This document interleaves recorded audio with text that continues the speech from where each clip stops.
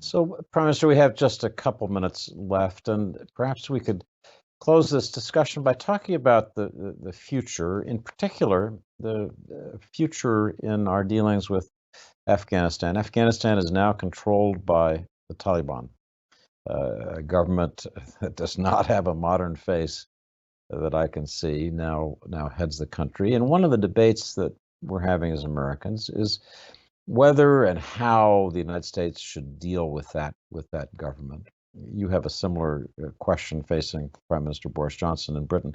What's your own feeling about relations going forward with this former adversary? How would you go about thinking about that?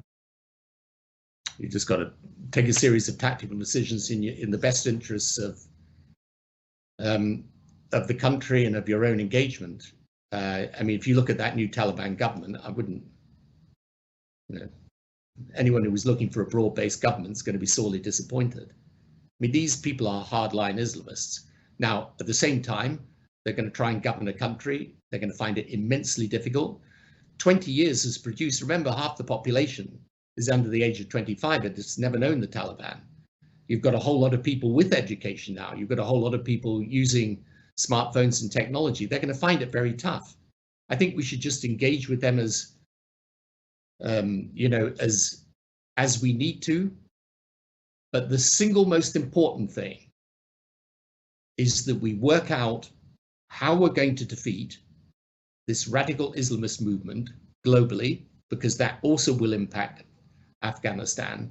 And if I can finish with one piece of what I think is relatively good news, in some of the polling work that we'll publish as an institute in the next couple of days, you will see that right across North Africa and the Middle East, despite everything, there is a strong liberalizing tendency growing.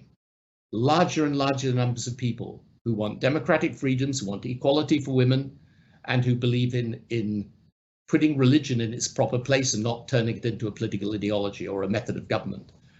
And in the end, yes, we'll have to deal with Afghanistan and with the Taliban in whatever way we can. And we're going to have to be very conscious of the whatever China does and Russia does and Pakistan and Iran. It's going to be very, very difficult. We'll have to do the best we can with it. But we need to look at this longer term question, how we build a strong alliance to defeat the ideology that gave us the Taliban, that gave us Al-Qaeda, that ultimately gave us 9/11.